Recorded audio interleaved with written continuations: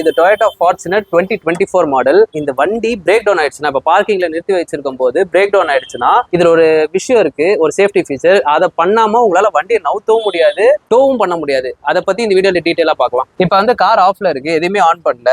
இப்போ நான் பார்க்கிங் நவுத்துறேன் பாருங்க, நியூட்ரல்ல போட முடியல.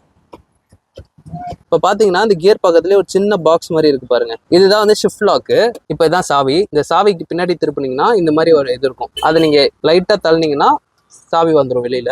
இப்படி வச்சு லைட்டா எடுத்தீங்கன்னா இது வந்துடும். இதுதான் அந்த கேப், ஷிஃப்ட் லாக்கோட கேப். சாவி போற அளவுக்கு தான் இந்த இடமே இருக்கும், உள்ள சின்ன ஒரு கேப் மாதிரி. இந்த இடத்துல சாவியை போட்டு ரொம்ப அழுத்த வேணாம், லைட்டா நீங்க பட்டன் மாதிரி ஒரு ஃபீல் இருக்கும். அந்த பட்டனை நீங்க ப்ரெஸ் பண்ணீங்கனாலே கியரை வந்து பார்க்கிங்ல இருந்து உங்களால நியூட்ரல்ல போட்டுக்க முடியும். போட்டாச்சு. நியூட்ரல்ல போட்டதுக்கு அப்புறம் ஹேண்ட் பிரேக் எடுத்துட்டு நீங்க இப்போ வண்டியை டோ பண்ணிக்கலாம், இல்ல நீங்க வந்து மூவ் பண்றதுனா பண்ணிக்கலாம். ஏன்னா நீங்க வந்து இப்போ பார்க்கிங்ல இல்ல, நியூட்ரல்ல போட்டாச்சு. இப்போ டோ பண்ணிட்டோ இல்ல நீங்க மூவ் பண்ண வேண்டியதெல்லாம் முடிச்சுட்டு திருப்பி அதை பார்க்கிங்ல போடுறதுக்கு சேம், நீங்க இந்த ஷிஃப்ட் லாக் அதெல்லாம் போட தேவையில்ல, இந்த கீ அதெல்லாம் யூஸ் பண்ண தேவையில்ல. அப்படியே நீங்க பார்க்கிங்ல போட்டுக்கலாம். போட்டுட்டு மறக்காம இதை மூடிடுங்க, அதாவது உள்ள எல்லாம் போயிட போகுது.